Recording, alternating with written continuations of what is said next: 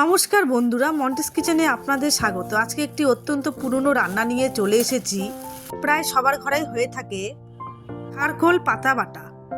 চলুন তাহলে দেখা যাক কি কি নিয়েছি খারকোল পাতা ভালো করে ধুয়ে নিয়েছি একটু বেশি করে রসুন, কালো জিরে, কাঁচা লঙ্কা। এবার একটা কড়াইতে জল দিয়ে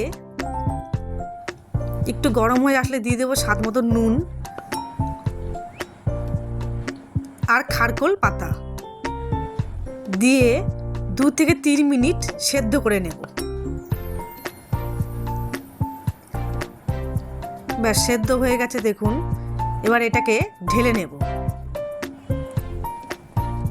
এবার একটা কড়াইতে শুকনো খোলায় রসুন, কালো জিরে একটু নাড়াচাড়া করে দিয়ে দেব কটা কাঁচা লঙ্কা। আবার একটু নাড়াচাড়া করে নামিয়ে নেব।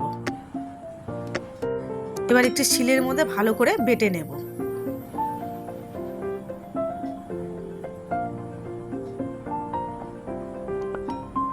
ব্যাস বাটা। এবার খারকোল পাতাটাও ভালো করে বেটে নেব। ব্যাস আমার বাটা হয়ে গেছে। এবার একটি কড়াইতে সর্ষের তেল দেব, দিয়ে দেবো একটু শুকনো লঙ্কা সোমবার দুটো, একটু কালো জিরে আর কটা গোটা রসুন। গোটা রসুনটা অবশ্যই দেবেন, খেতে ভীষণ ভালো লাগে। এবার একটু নাড়াচাড়া করে দিয়ে দেবো খারকোল পাতা বাটা। এবার একটু নাড়াচাড়া করে নেব।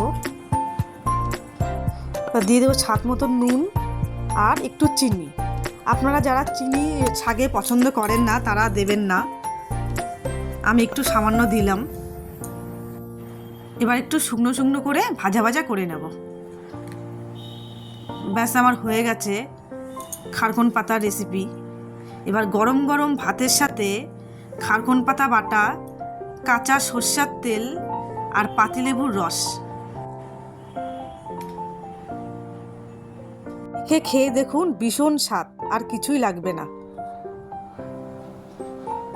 যদি এই রেসিপিটি আপনাদের ভালো লেগে থাকে অবশ্যই লাইক, কমেন্ট, শেয়ার আর চ্যানেলটিকে সাবস্ক্রাইব করে দেবেন।